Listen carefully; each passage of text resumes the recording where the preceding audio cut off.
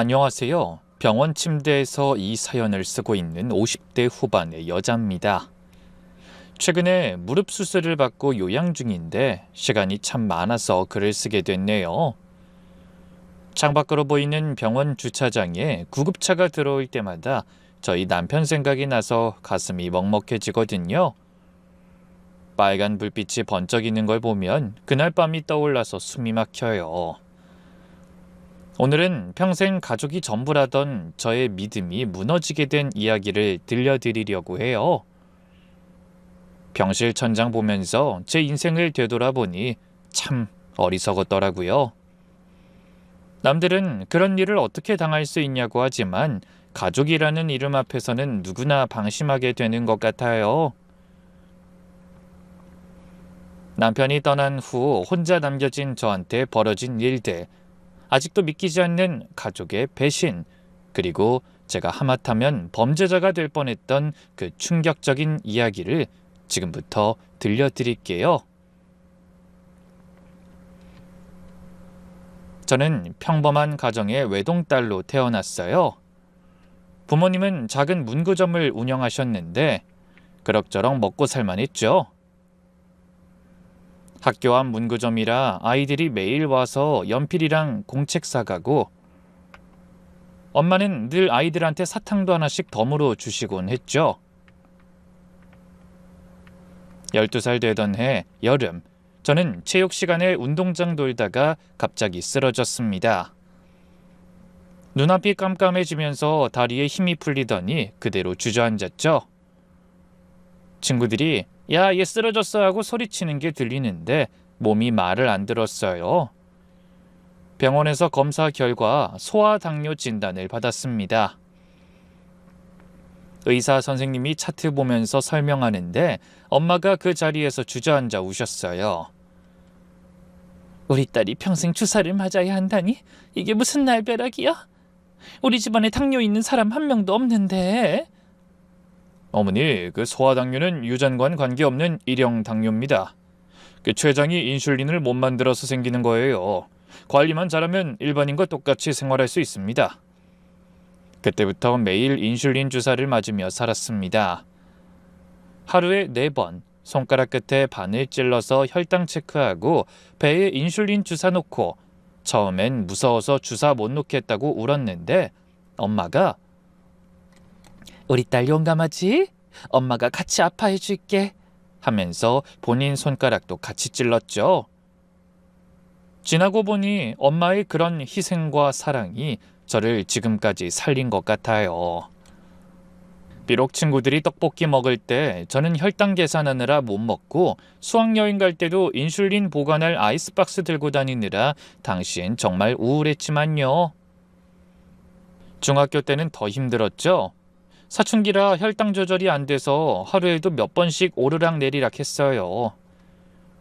점심시간에 화장실 가서 몰래 주사 놓고 친구들이 너 왜 맨날 화장실 가 하면 배 아파서라고 거짓말하고 한 번은 수업 시간에 저혈당 와서 식은땀 흘리면서 버티다가 선생님한테 들켜서 양호실 갔는데 양호 선생님이 당뇨 있는 애가 관리를 안 하니까 그렇지라고 혼내서 서러워서 울었던 기억도 나네요.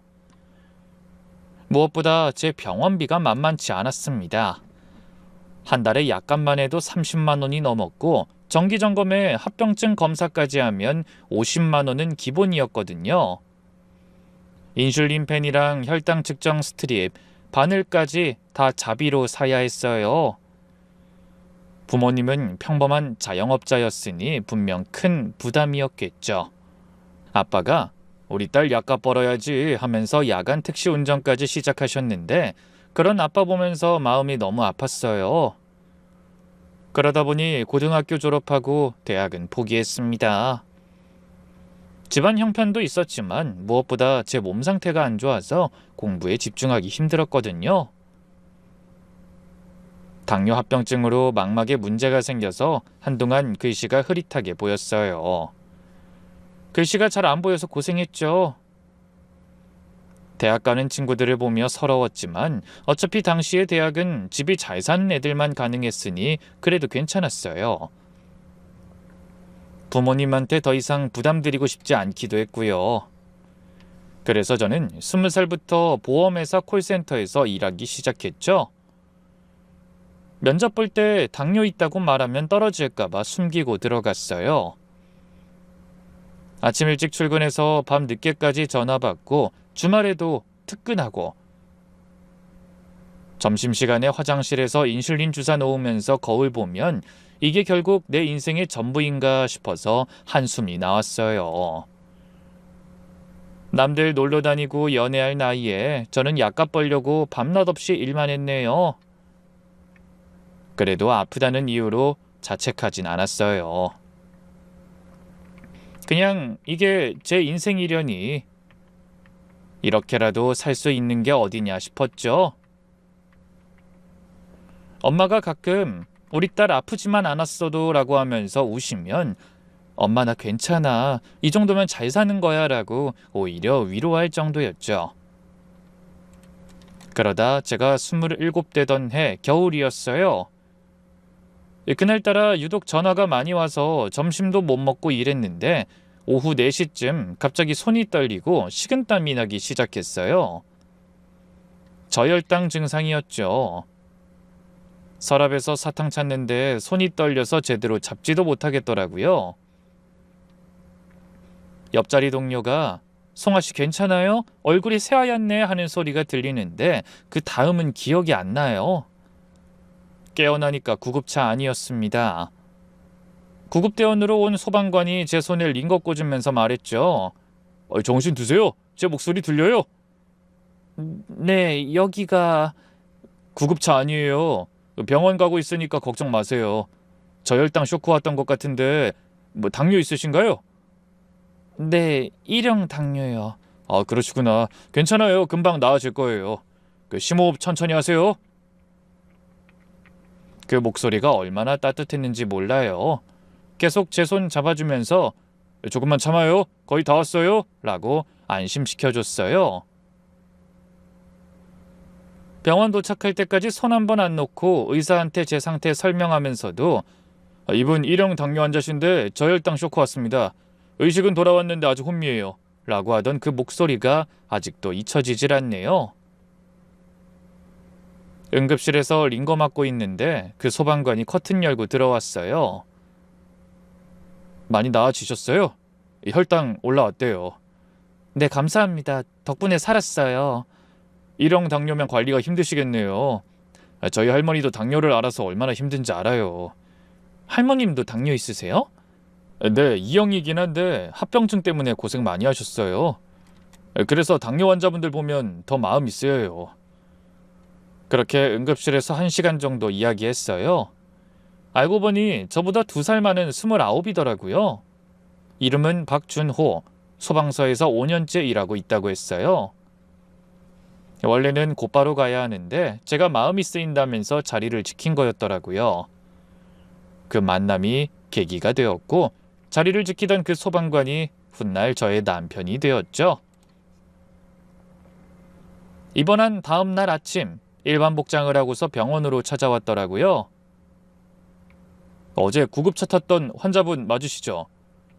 괜찮으신지 궁금해서 들렀습니다. 아, 어제 그 구급대원님이세요?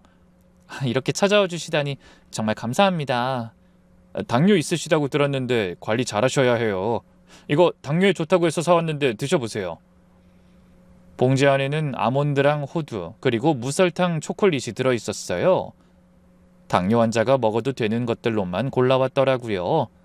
그 세심함에 감동받았죠. 저희 할머니도 이런 거 드셨었거든요.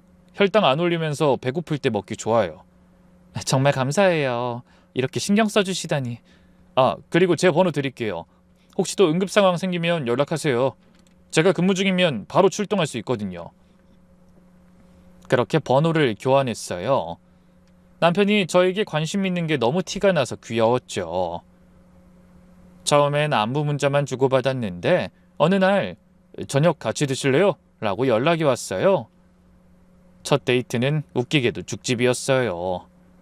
당뇨 있으시니까 죽이 좋을 것 같아서요. 라면서 고른 곳이었죠. 전복죽 먹으면서 이런저런 이야기를 나눴어요. 그 할머니는 몇 년 전에 교통사고로 돌아가셨어요. 절 특히나 예뻐해 주셨는데 그 일 있고 나서 엄청 오래 힘들었어요. 그래서 남을 돕는 소방관이 되신 거예요? 네, 누군가의 가족을 지켜주고 싶었어요. 제가 할머니를 잃은 아픔을 다른 사람은 겪지 않았으면 해서. 그 말에 마음이 뭉클했어요. 그 후로도 일주일에 한 번씩 만나서 밥 먹고 가끔 영화도 보고 했어요. 데이트할 때마다 제 병을 대비해서 사탕도 항상 주머니에 넣고 다니는 그 세심함. 남편은 무뚝뚝하지만 정 많은 사람이었답니다. 말수는 적지만 행동으로 보여주는 스타일이었어요. 화 한 번 안 내고 늘 괜찮아, 다 잘 될 거야가 입버릇이었죠. 소방서에서도 불도저라는 별명이 있을 정도로 묵묵하게 일하는 스타일이었어요. 동료들이 준호는 믿고 맡길 수 있는 사람이라고 할 정도로 신뢰가 두터웠고요. 위급한 상황에서도 침착했고 한 번 한 번 약속은 꼭 지키는 믿음직한 사람이었습니다. 그 점 때문에 만남을 결심한 거였어요. 사귄 지 1년쯤 됐을 때 남편이 제게 프로포즈를 했어요. 송아야, 나랑 결혼해 줄래? 화려하진 못해도 평생 네 옆에서 든든하게 지켜줄게. 아프면 같이 아파하고 힘들면 같이 이겨낼게. 그 진심이 느껴져서 눈물이 났지만 마음은 너무 무거웠죠. 나 평생 아플 수도 있어. 합병증 올 수도 있고. 괜찮아. 나도 위험한 직업이잖아. 우리 서로 의지하면서 살자. 하지만 저의 병에 대한 소식을 들은 시어머니는 처음에 반대가 심하셨어요.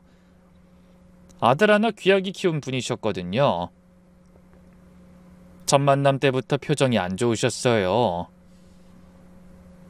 당뇨 있다고? 그런 병 있는 여자가 우리 며느리가 된다고? 어머니, 송아 씨는 정말 좋은 사람이야. 좋은 사람? 몸이 건강해야 좋은 사람이지. 당뇨 있는 며느리가 건강한 손주를 낳겠어? 우리 아들 고생시킬 일 있냐? 엄마, 그런 식으로 말하지 마. 송아 씨가 얼마나 열심히 사는데 왜 함부로 말해? 너 지금 정신 못 차렸니? 멀쩡한 여자 놔두고 왜 하필 아픈 여자를... 그런 말 들을 때마다 가슴이 찢어졌어요. 한 번은 시어머니가 저한테 직접 찾아오셨어요. 카페에서 만났는데 결국 제 마음을 돌리려고 하신 거였죠. 우리 아들이랑 헤어져라. 네가 진짜 우리 아들 생각한다면 놔줘야지. 그때 정말 자존심이 상했지만 침착하게 대답했죠. 어머니, 저도 준호 씨 정말 사랑해요. 쉽게 결정한 일 아니고요. 사랑? 사랑으로 밥 먹고 사니? 너 때문에 우리 아들 고생할 거 뻔한데. 제가 열심히 살겠습니다. 준호 씨 짐되지 않게. 됐어. 네가 그렇게 나온다면 나도 끝까지 반대할 거다. 하지만 남편이 단호하게 맞섰어요. 엄마가 반대해도 난 결혼할 거야. 이 사람 아니면 안 돼. 너 지금 제정신이니? 계속 이럴래? 엄마 그만해. 한 번 더 송아 씨한테 그런 말하면 나 진짜 집 나갈 거야. 뭐? 너 지금 여자 하나 때문에 엄마한테 대드는 거니? 여자 하나가 아니라 내가 평생 같이 살 사람이야. 엄마가 인정 안 해도 상관없어. 우리 둘이 알아서 잘 살게. 결국 시어머니도 포기하셨어요. 결혼식 날도 쯧쯧 혀차시면서 마지못해 오셨죠. 하지만 결혼 후에도 시댁 제사나 명절 때마다 병 있는 며느리 소리는 들어야 했어요. 아이고 며느리가 힘들겠네. 당뇨 있으면 힘든데. 말은 걱정하는 것 같지만 눈빛은 차가웠죠.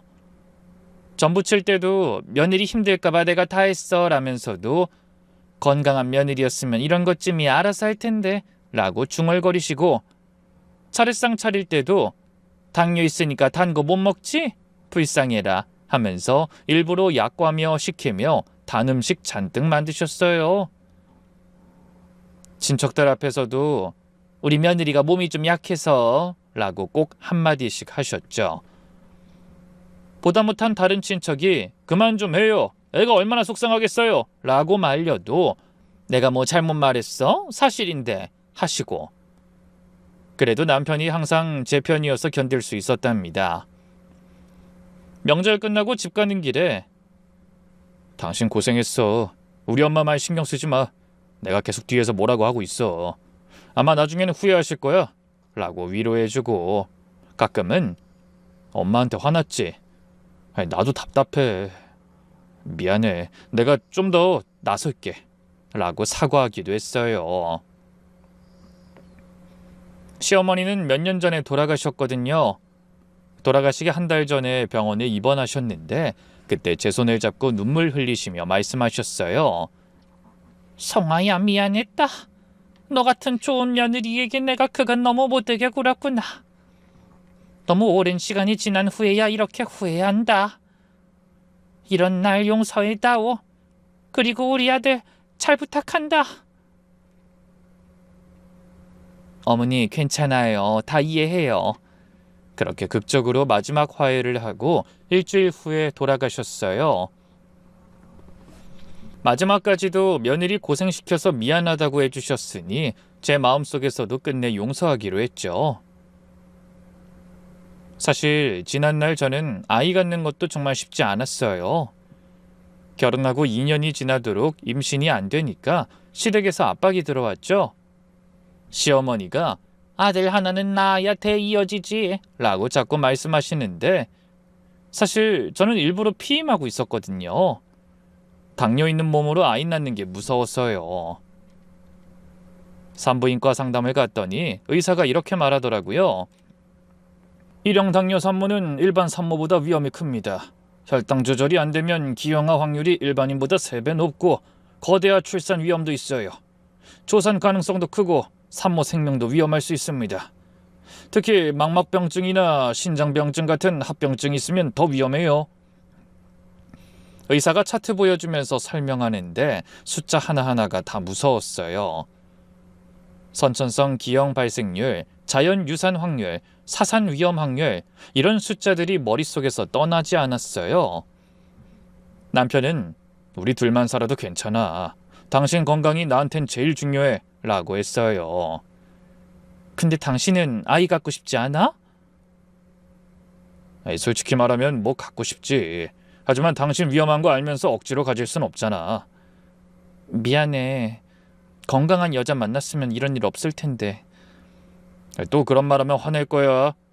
난 당신이랑 결혼한 거 후회 안 해.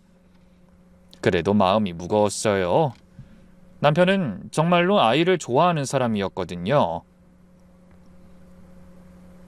친구 아이들 보면 얼마나 예뻐하는지 그런 모습 볼 때마다 미안했죠. 결국 병원 3곳을 더 돌면서 상담받았어요. 마지막에 간 대학병원 교수님이 이렇게 말씀하시더라고요.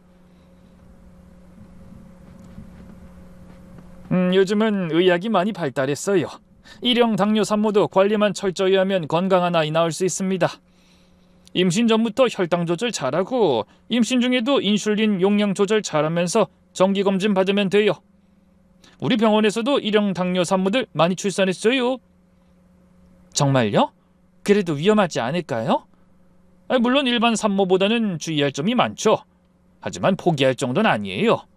환자분 당화 혈색소도 잘 조절되고 있고 다른 합병증도 없으니까 충분히 도전해볼 만해요. 그 말에 용기를 얻었어요. 집에 와서 남편한테 말했죠. 여보, 나 아이 갖고 싶어. 한 생명을 낳는 건 내 존재 이유를 찾는 거잖아. 나도 엄마가 되고 싶어. 정말? 근데 당신 몸은 괜찮겠어? 병원에서 관리 잘하면 된다고 했어. 우리 아기 가져보자. 알았어. 당신이 원한다면 시도해보자. 대신 조금이라도 위험하면 바로 포기하는 거야. 그래서 임신 준비부터 철저히 했어요. 엽산 복용하고 당화혈색소도 챙기고 합병증 검사도 다시 하고요. 그렇게 3개월 준비 끝에 임신에 성공했어요. 임신 테스트기에 2줄 나왔을 때 남편이랑 부둥켜 안고 울었죠. 하지만 임신 기간은 정말 전쟁 같았습니다. 하루에 혈당 체크만 7번, 손가락이 너덜너덜해질 정도였어요. 인슐린 주사는 4번씩 맞으니 배가 멍투성이었죠. 아기야, 엄마가 너 만나려고 이렇게 노력하는 거야. 건강하게만 나와줘.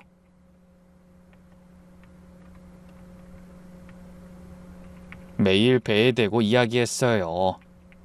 그러다 임신 7개월째 조산 기미가 있어서 한 달간 입원했는데 남편이 매일 병원에 왔어요. 퇴근하고 바로 와서는 발 마사지 해주고 책 읽어주고 배에 대고 아기한테 말도 걸어줬어요. 어찌나 자상했는지 말도 못해요. 아가야, 아빠야. 엄마 너무 힘들게 하지 말고 건강하게만 나와줘. 아빠가 너 만나는 날만 기다리고 있어. 그 덕분인지 정말 건강한 아들을 낳을 수 있었죠. 그것도 자연분만으로요. 울음소리도 우렁찬 튼튼한 아이였어요. 아이가 나오는 순간 의사가 건강한 남자아이예요 라고 하는데 안도감에 눈물이 주르륵 흘렀어요. 다행으로 아들은 너무나 착하고 순진한 아이로 자랐어요. 4살 때부터 엄만 아파서 주사 맞는다 라는 걸 알더라고요.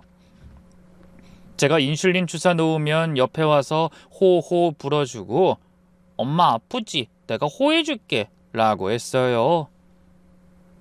아이가 7살 때 일인데 제가 저혈당으로 거실에서 쓰러진 적이 있었거든요. 정신을 차리니까 아들이 제 얼굴에 초콜릿 녹인 걸 바르고 있더라고요. 엄마 깨어났어? 엄마 쓰러져서 너무 무서웠어. 얘야, 이게 뭐니? 엄마가 초콜릿 먹어야 한다고 했잖아. 근데 엄마가 안 일어나서 119 불렀어. 그 조그만 손으로 초콜릿 녹여서 제 입술에 바르고 떨리는 목소리로 119에 전화까지 한 거예요. 무려 7살짜리가. 물론 119는 장난 전화라고 생각해서 오지 않았지만요. 그때 정말 가슴이 찢어지는 것 같았어요. 이 아이가 제 병 때문에 너무 일찍 철이 들어버린 것 같아서. 엄마 나 커서 약사 될 거야. 엄마 아프지 않게 약 만들어줄 거야. 주사 안 아픈 걸로 만들어줄게. 그리고 먹는 약으로 만들어서 엄마 배 안 아프게 해줄 거야. 그 말대로 아들은 정말 열심히 공부했어요. 초등학교 때부터 난 약사 될 거야 라고 하면서 과학 공부 열심히 하고 중학교 때는 화학에 빠져서 살았죠. 고등학교 때는 새벽 2시까지 공부하고 주말에도 도서관에서 살다시피 했어요. 세훈아, 그렇게 공부만 하면 친구들이랑 놀 시간도 없잖아. 괜찮아, 난 목표가 있으니까. 엄마 위해서 꼭 약사 되기로 했잖아. 그런 아들이 대견하면서도 미안했어요. 다른 아이들처럼 마음 편하게 놀지도 못하고 늘 엄마 걱정하면서 사는 게. 수능 날 아침 도시락 싸주면서 말했죠. 너무 긴장하지 마. 떨어져도 괜찮아. 재수해도 돼. 엄마, 나 약대 꼭 갈 거야. 꼭 합격할게. 엄마 위해서 하지 마. 네가 하고 싶어서 해. 나도 하고 싶어. 약 만드는 거 재밌을 것 같아. 정말로 약대 합격했을 때 남편이랑 셋이 껴안고 얼마나 울었는지 몰라요. 남편이 우리 아들 대단하다. 아빠도 자랑스러워. 하면서 아들을 번쩍 들어 올렸죠. 근데 이 아이에게 딱 하나 단점이 있다면 너무 사람을 잘 믿는 거였어요. 대학 때 같은 과 친구가 학자금 대출이 안 돼서 등록금을 낼 수가 없다고 하니까 알바비 모은 거 500만 원 다 빌려줬다는 거예요. 글쎄. 차용증은 썼니? 아니, 친구 사이에 무슨 차용증이야. 야, 너 그렇게 순진하면 나중에 큰 코 다친다? 세상이 그렇게 만만하지 않아. 엄마, 세상 사람들이 다 나쁜 건 아니잖아. 그 친구도 정말 급해서 그런 거야. 나중에 형편 나아지면 갚을 거야. 그래도 최소한 문자로라도 증거 남겨놔야지. 괜찮아. 걔가 나한테 고마워하면서 울었어. 꼭 갚겠다고 약속했고. 그 친구는 결국 한 학기 뒤에 자퇴하고 연락 끊었어요. SNS도 차단하고 전화번호도 바꿨대요. 제가 아무리 신고하라고 해도 아들은 뭐 어디서 힘들게 살고 있나 보다. 나중에 여유 생기면 연락하겠지 라고만 하더라고요. 그때 제가 더 강하게 가르쳤어야 했는데. 착한 게 최고라고만 키운 제 잘못이에요. 그게 나중에 이런 일이 될 줄은 정말 몰랐네요. 결국 아들은 약사가 돼서 일을 했어요. 자기 직업에 자부심을 가지고 열심히 했죠. 그러다 30에 약대 동기를 집에 데려온 겁니다. 설날 연휴 끝나고 온 거라 떡국 끓여주고 있었는데 현관문 열리면서 아들 목소리가 들렸죠. 엄마, 나야. 손님 모시고 왔어. 손님? 누구? 거실로 나가보니 깔끔하게 차려입은 여자가 서 있더라고요. 단발머리에 안경 쓴 모습이 지적으로 보였어요. 검은색 코트에 하얀 블라우스, 무릎 길이 스커트 차림이 단정했죠. 아들은 서프라이즈로 공개하고 싶었던 것 같은데 제 입장에선 갑자기 데려와서 어찌나 놀랐던지. 엄마, 내 여자친구야. 같은 과 동기였는데 지금은 대형 약국 체인점 매니저로 일해. 안녕하세요, 어머님. 김서연이라고 합니다. 첫눈에도 깔끔하고 똑똑해 보이는 여자였어요. 손에는 비싼 브랜드 과일 세트랑 홍삼 선물 세트를 들고 있었고 인사도 90도로 정중하게 했어요. 밥 먹으면서 이런저런 이야기 나누는데 말도 조리 있게 잘하고 예의도 바르더라고요. 아들 음식 덜어주면서 챙기는 모습도 보기 좋았고요. 어머니 요리 솜씨가 정말 좋으시네요. 떡국이 이렇게 맛있는 건 처음이에요. 아이고, 별거 아닌데 뭘. 자주 와서 먹어. 식사 후에 제가 당뇨약 먹는 걸 보더니 약병을 들어보고는 이렇게 말했어요. 어머니, 이 약은 9세대 약이라 부작용이 있어요. 요즘은 훨씬 좋은 약들이 나왔거든요. 혈당 조절도 좋고 심혈관 보호 효과도 있는 약이요. 체중 감량 효과까지 있고요. 그러면서 최신 당뇨약에 대해 줄줄 설명하는데 전문가다운 모습이 믿음직스러웠죠. 저도 세훈 씨처럼 약국에서 일하니까 샘플도 구할 수 있어요. 다음에 가져다 드릴게요. 아니야, 괜찮아. 이것도 충분해. 어머니 건강이 제일 중요해요. 저도 약사인데 도와드리고 싶어요. 다음에 올 땐 정말로 건강식품을 한 보따리 사왔어요. 어머니, 이거 다 당뇨 관리에 도움되는 거예요. 제가 성분 다 확인하고 골랐으니까 안심하고 드세요. 예비 며느린 똑똑하고 야심찬 여자였습니다. 본인 말로는 어렸을 때부터 가난해서 돈 많이 벌겠다는 일념으로 공부했다고 하더라고요. 저희 아버지가 사업 실패로 파산하셨어요. 어머니는 식당에서 설거지 하시면서 저희 3남매 키우셨고요. 그래서 저는 꼭 성공해서 부모님 호강시켜드리고 싶었어요. 그런 사연을 들으니 측은한 마음도 들었죠. 며느린 럭셔리한 생활을 추구했는데 그것도 어린 시절 가난의 반작용인가 싶었고요.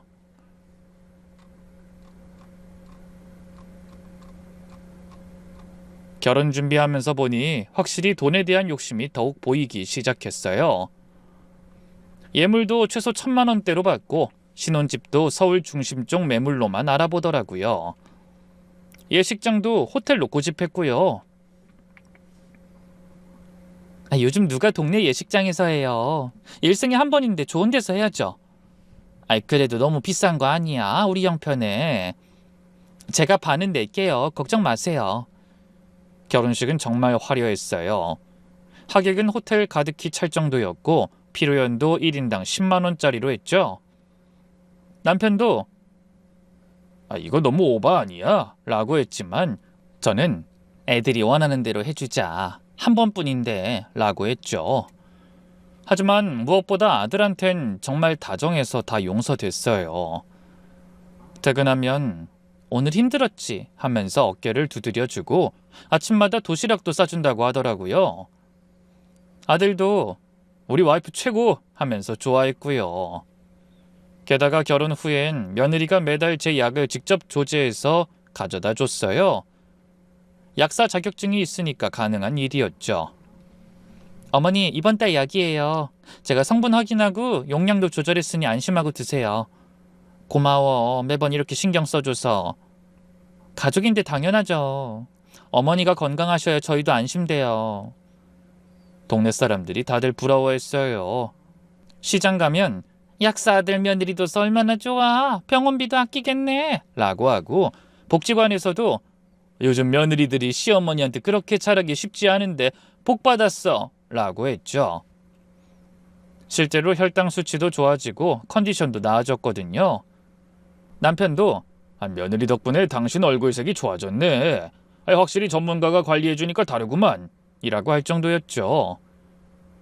그렇게 아들과 며느린 결혼한 지 2년 정도 지나고 아이를 낳았습니다. 아들 닮아서 눈이 똘망똘망한 손자였죠. 할머니 나왔어요. 손주가 올 때마다 집안이 환해졌어요. 아들도 아빠가 되니까 더 성숙해진 것 같았고 우리 가족은 말 그대로 정말 행복했어요. 남편도 우리 손주 보는 재미에 산다. 내가 라고 하면서 손주 재롱 보는 걸 낙으로 삼았죠. 그러다 몇 년 전 늦가을이었어요. 11월 중순쯤 날씨가 쌀쌀해지기 시작할 때였죠. 남편이 야간 근무 중에 화재 신고를 받고 출동했대요. 다세대 주택에 불이 났는데 주민들은 다 대피했다고 했어요. 그런데 현장 도착해서 인원 파악하던 중에 어떤 할머니가 3층에 아가 우는 소리 들렸는데 라고 한마디 했대요. 이미 3층은 불길에 휩싸여 있었고 다들 사람은 다 나왔다라고 했지만 남편이 혹시 모르니까 확인해봐야 한다면서 들어갔다고 하더라고요. 동료들이 선배님 위험해요. 이미 다 확인했잖아요. 라고 말렸는데도 아기 울음소리 같은 게 들린다면서 고집을 부렸대요. 나중에 알고 보니 고양이 울음소리였어요. 3층 베란다에 고양이 3마리가 갇혀 있었던 거죠. 남편이 그 고양이들을 데리고 나오던 중에 천장이 무너졌어요. 동료들이 필사적으로 구조했지만 병원 도착하기 전에 정년까지 몇 년 안 남았는데 평생 남구하는 일만 하다 본인은 그렇게 떠난 겁니다. 장례식장에서 소방서장님이 이렇게 말씀하셨어요. 박준호 소방위는 진정한 영웅이었습니다. 작은 생명이라도 소중히 여기는 참 소방관이었습니다. 마지막도 남편답다고 생각했어요. 분명 고양이라도 생명이니까 구해야 한다고 생각했을 거예요. 그게 참 원망스러우면서도 자랑스러웠습니다. 순직 보상금이랑 보험금 합쳐서 5억 정도 나왔어요. 남편이 평소에 혹시 나한테 무슨 일 생기면 당신이 편하게 살아야 하니까 라면서 보험을 여러 개 들어놨더라고요. 국가유공자로도 인정받아서 연금도 나오고요. 장례식장에서도 눈물이 안 나왔습니다. 그냥 멍했어요. 사람들이 와서 삼가 고인의 명복을 빕니다라고 인사해도 그냥 고개만 끄덕이고 아들이 엄마 차라리 울어. 그냥 맘 놓고 우는 게 나을 것 같은데 라고 해도 눈물이 안 나왔어요. 며느리가 어머니 힘내세요. 저희가 있잖아요. 라고 위로했지만 아무 감정이 안 들더라고요. 그냥 영화 보는 것 같았어요. 저게 진짜 우리 남편 장례식이 맞나 싶고 30년을 함께 산 사람이 없으니 평소 같은 일상인데도 숨쉬기도 힘들었어요. 집에 돌아와서야 실감이 났죠. 현관에 남편 구두가 가지런히 놓여 있고 옷장엔 남편 유니폼이 걸려 있고 화장실엔 남편 칫솔이 그대로 있는데 남편만 없는 거예요.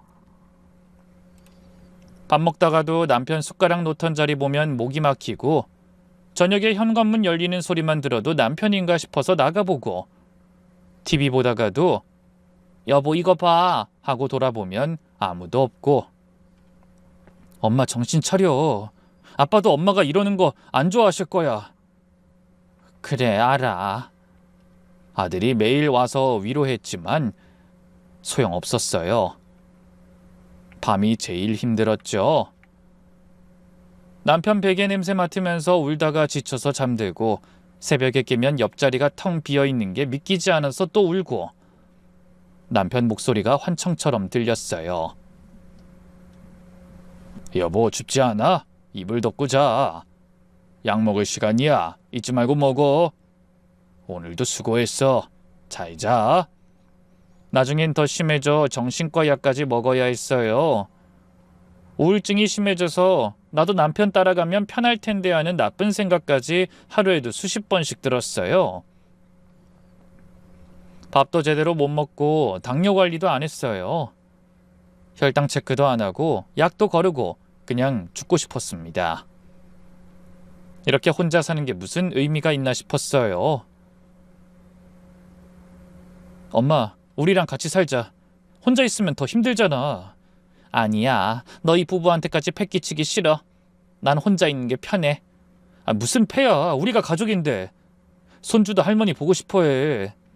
그냥 좀만 혼자 있고 싶어. 시간이 필요해. 사실 아들 부부 앞에서 울고 싶지 않았어요. 그냥 혼자 조용히 남편 생각하면서 지내고 싶었죠. 남편이 입던 옷도 그대로 두고 물건도 다 그대로 뒀어요. 마치 출장 갔다가 돌아올 것처럼. 남편 옷에서 나는 냄새가 점점 옅어지는 게 가장 무서웠어요. 그 냄새마저 사라지면 정말 남편이 없어지는 것 같아서. 남편 셔츠를 비닐봉지에 넣어서 보관했죠. 가끔 꺼내서 냄새 맡으면서 울고. 그러던 어느 날 저녁이었어요. 아들이 퇴근하고도 자꾸 우리 집에 와 있길래 물어봤죠. 일주일째 매일 오는 거예요. 너 요즘 왜 맨날 여기 와 있니? 집에 가야지. 와이프 기다리잖아. 그냥 엄마 혼자 있는 게 걱정돼서. 근데 표정이 어두워 보였어요. 평소와 달리 한숨도 자주 쉬고 핸드폰만 들여다보고 맥주도 벌써 몇 캔째 연거푸 마시고 있었고요. 무슨 일이 있어? 부부싸움 했니? 아니야, 괜찮아. 엄마한테 말할 수 있잖아. 뭔데? 서연이랑 문제 있어? 아들이 한참 망설이다가 입을 열었어요. 소파에 깊숙이 앉아서 머리를 감싸주곤 힘들게 말을 꺼냈죠. 사실 와이프가 주식 투자로 돈 좀 날렸어. 주식? 얼마나? 내가 알기론 5천만 원인데 더 있을지도 몰라. 뭐? 5천만 원이나? 너무 깜짝 놀랐어요. 요즘 젊은 사람들이 주식한다는 건 알았지만 5천만 원은 너무 큰 돈이잖아요. 응, 내 명의로 대출받아서 했다가 다 날렸대. 이사 자금인데 큰일이야. 네 명의로 대출을? 넌 몰랐어?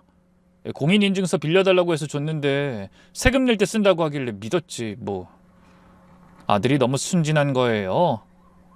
아내를 의심 없이 믿은 거죠. 그걸 언제 알았니? 지난달에 은행에서 연체 문자 와서 알았어. 대출 있는 줄도 몰랐는데. 아들 눈에 눈물이 고이는 걸 봤어요. 얼마나 충격받았을지 짐작이 갔죠. 서연이가 뭐래?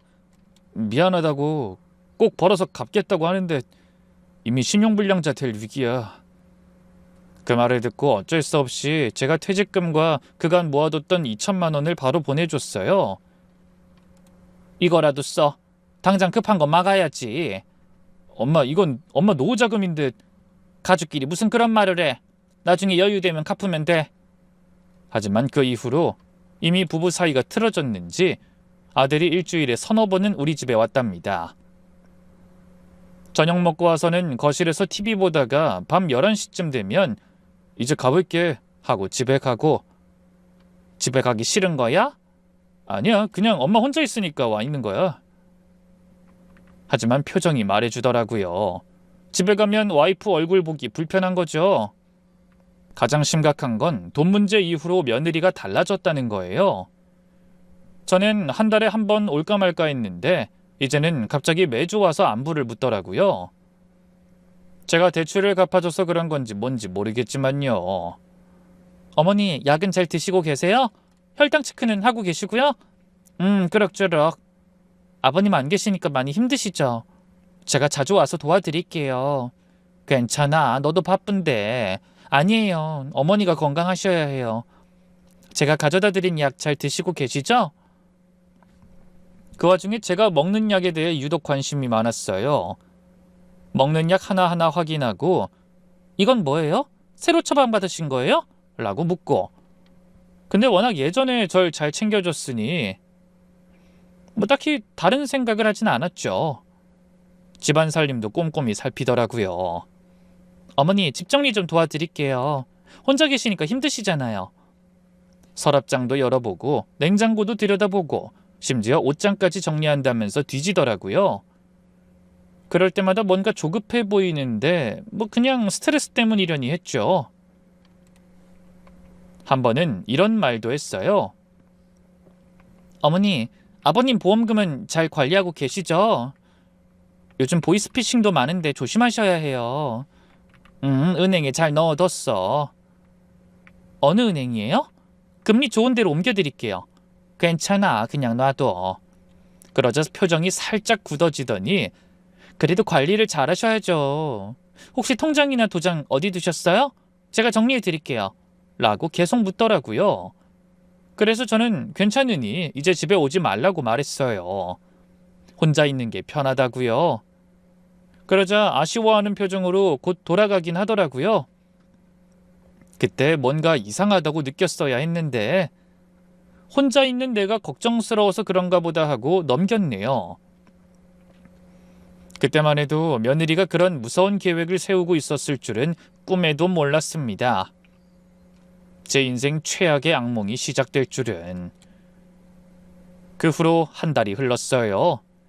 계단에서 넘어진 건 정말 어이없는 사고였어요. 그날따라 비가 와서 계단이 미끄러웠는데 제가 조심을 안 했죠. 우편함 확인하러 나갔다가 계단에서 발을 헛디뎠는데 순간 몸이 공중에 뜬 느낌이 들더니 그대로 무릎부터 콘크리트 바닥에 부딪혔어요. 그 순간 뚝 하는 소리가 났어요. 뼈가 부러지는 소린지 인대가 끊어지는 소린지 정말 소름 끼치는 소리였죠. 아! 비명소리에 옆집 아주머니가 뛰어나왔어요. 평소에 친하게 지내던 분인데 얼굴이 하얗게 질려서 달려왔죠. 어머, 괜찮아요? 어머나, 피가 나네. 무릎이 못 움직이겠어요. 119 불러야겠어요. 가만히 있어요. 움직이지 마요. 119 대원들이 와서 저를 들것에 실을 때 무릎이 이상한 각도로 꺾여 있는 걸 봤어요. 그때 이건 큰일 났구나 싶었죠. 병원 가는 내내 진통제 맞고도 너무 아파서 정신이 없었어요. 응급실에서 엑스레이 찍고 MRI까지 찍었는데 의사가 심각한 표정으로 사진을 보여줬어요. 전방 십자인대가 완전 파열됐네요. 여기 보이시죠?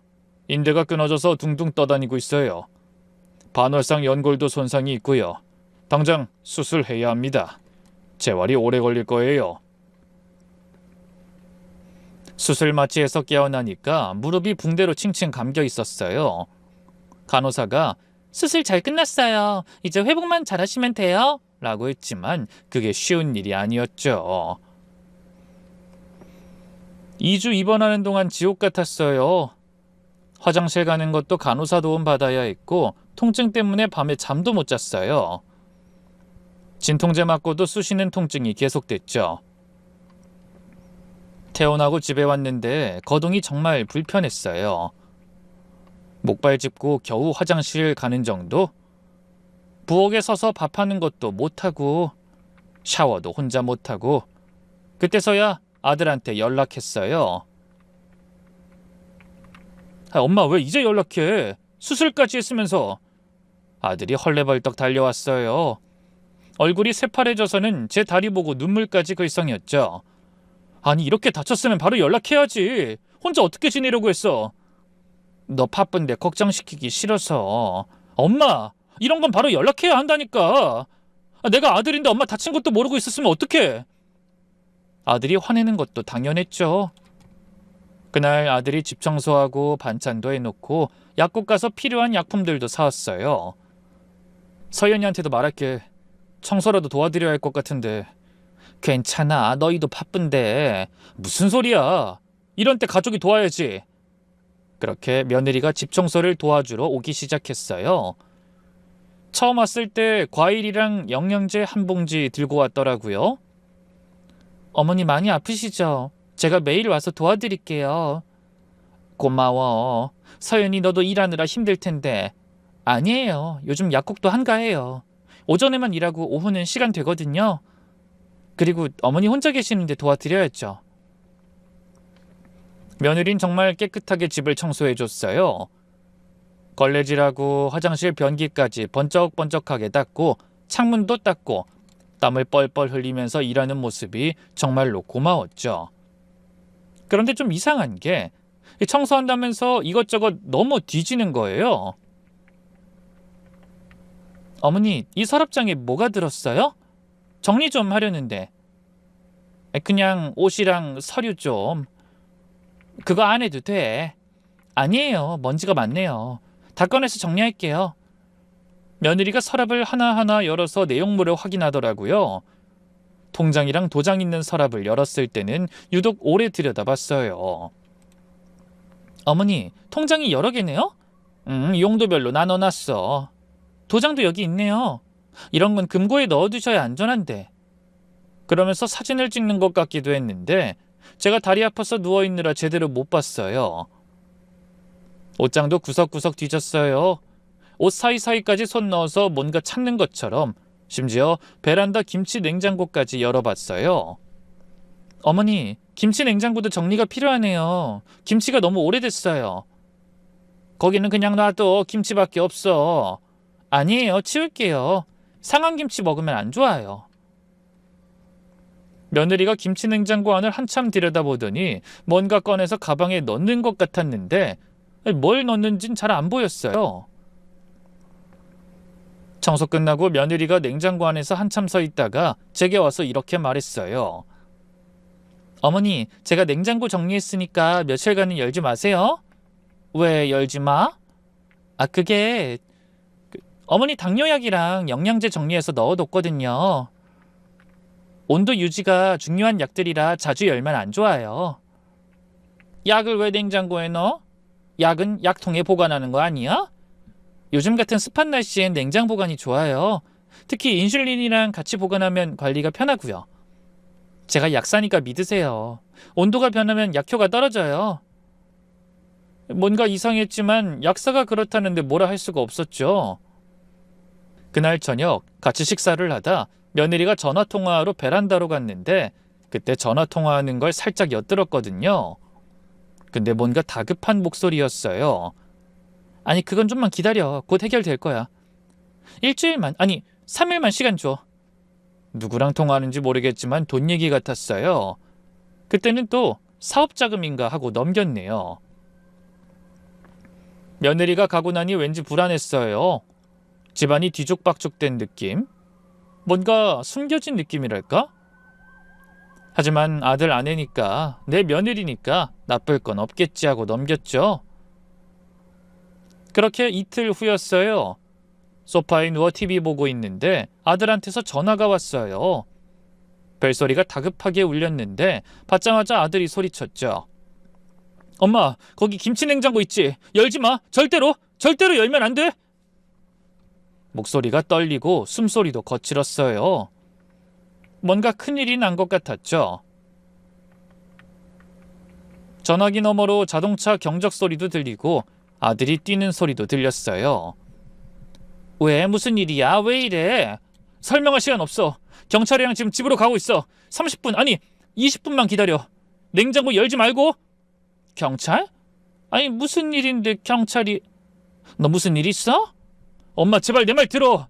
지금 택시 타고 가고 있으니까 조금만 기다려. 전화가 또 끊겼어요. 심장이 미친 듯이 뛰었죠. 아니 도대체 무슨 일이기에 경찰까지 오는 건지, 냉장고에 뭐가 들어있기에 이러는 건지, 혹시 폭발물이라도 있나? 온갖 상상이 다 들었어요. 일어나서 냉장고 쪽을 봤어요. 평범한 양문형 냉장고인데 갑자기 무서워 보였어요. 아니, 뭐가 들어있을까? 열어볼까 말까 고민하다가 아들 목소리가 너무 다급했던 게 생각나서 참았죠. 20분이 지옥 같았어요. 시계만 쳐다보면서 앉아있는데 1분이 1시간 같았죠.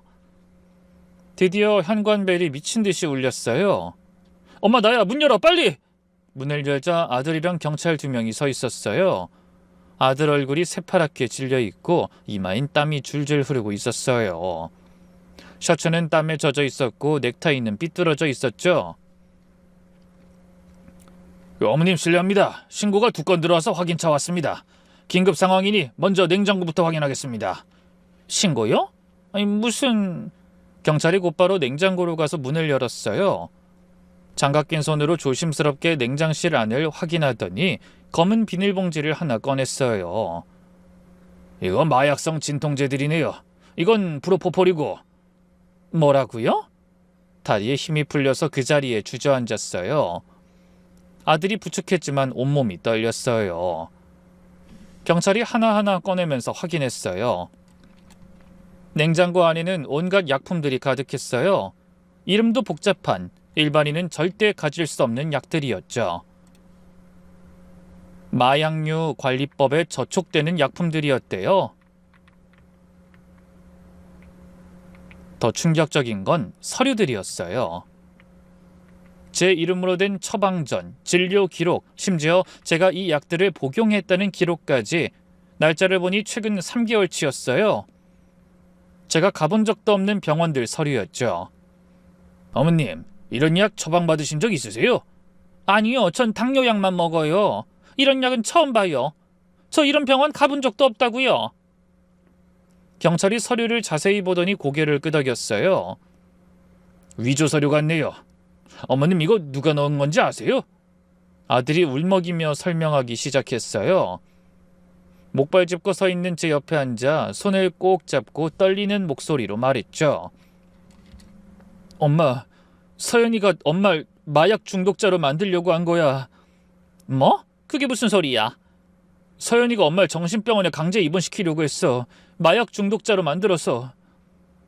알고 보니 더 충격적인 일이었습니다. 며느리는 이미 반년 전에 약국에서 해고됐대요. 겉으로는 자진 퇴사했다고 했지만 사실은 약품관리 부실로 강제 해고를 당했단 겁니다. 재고관리를 엉망으로 해서 경고를 3번이나 받고도 개선이 안 돼서 결국 해고됐대. 근데 왜 우리한테 말 안 했어? 말하기 부끄러웠겠지. 그 후로 주식 투자에 빠져서 빚만 늘었던 거야. 5천만 원이라고 했잖아. 그게 다가 아니었어. 지금 확인된 것만 1억 5천만 원이야. 사채까지 썼대. 이자만 한 달에 몇백만 원이 넘어. 아들이 핸드폰을 꺼내서 뭔가 보여줬어요.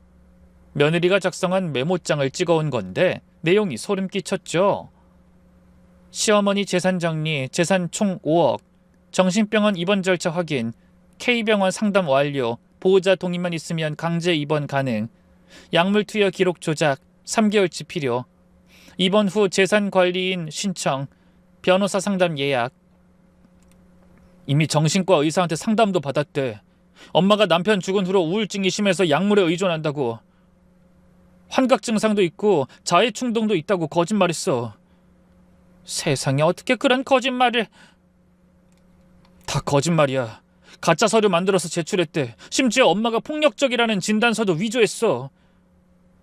그리고는 노트북을 열어서 경찰과 저에게 뭔가를 보여줬어요.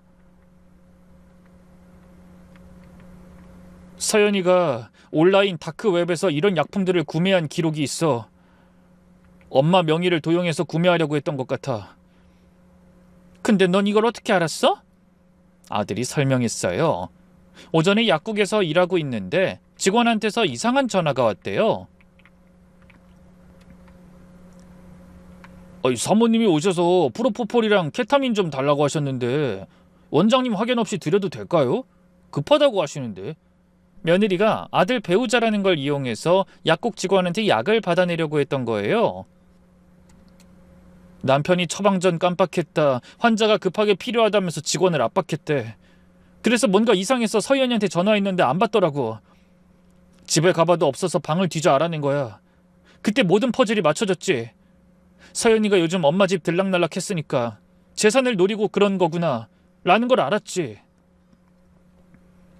아들이 집에 가서 며느리 노트북을 확인했는데 화면에 정신병원 강제 입원 절차를 검색한 기록이 그대로 있었고 최근 검색 기록에 마약 투여 증상, 정신병원 보호자 권한, 재산관리인 신청 방법 같은 게 있었단 거예요. 저 냉장고 안에 있는 게 그 위조 문서들이겠지. 그래서 아들이 즉시 경찰에 신고했대요. 그런데 거의 동시에 며느리도 신고를 했대요. 서연이가 엄마를 마약사범으로 신고했어. 그래서 경찰이 양쪽 조사하러 온 거야. 경찰이 설명을 덧붙였어요. 증거가 확실하네요. 며느님은 범죄를 저지른 정황이 명확하니 긴급체포 영장 신청하겠습니다. 경찰이 냉장고 안 물건들을 모두 압수했어요. 증거품이라면서 하나하나 사진 찍고 봉인해서 가져갔죠. 어머님은 피해자시니까 걱정 마세요. 김서연 씨는 지금 약국 근처에서 대기하고 있다가 체포할 예정입니다. 그날 저녁 7시쯤 며느리가 체포됐다는 연락을 받았어요. 처음엔 부인하다가 증거를 들이대니까 결국 자백했대요. 다음 날 경찰서에서 자세한 내용을 들었는데 정말 충격적이더라고요. 시어머니가 혼자 사니까 쉬울 줄 알았어요. 당뇨도 있고 남편도 죽고 우울증도 있으니까 정신병원 보내기 쉬울 줄 알았어요.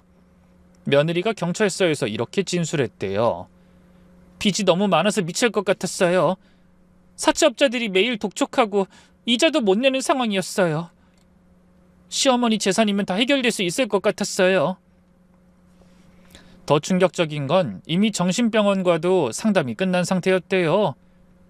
정신병원 원장과 면담까지 했고 보호자가 원하면 언제든 입원 가능하다는 확답도 받았대요. 다음 주에 입원시킬 계획이었어요. 마약 복용 증거 더 만들고 이번 주말에 경찰에 신고하려고 했어요. 만약 아들이 며칠만 늦게 알았다면 전 정말로 정신병원에 갇혔을 거예요. 법정에 가서야 며느리를 마주쳤어요. 수의 입고 수갑찬 모습이 초라해 보였죠. 어머니 죄송해요. 제가 미쳤었어요. 정말 죄송해요. 돈 때문에 사람이 아니었어요. 할 말이 없었어요. 오랫동안 가족이라고 믿었던 사람이 이런 무서운 계획을 세웠다는 게 믿기지 않았어요. 아들은 법정에서 증언하면서 펑펑 울었죠. 제가 바보였습니다. 아내를 너무 믿었어요.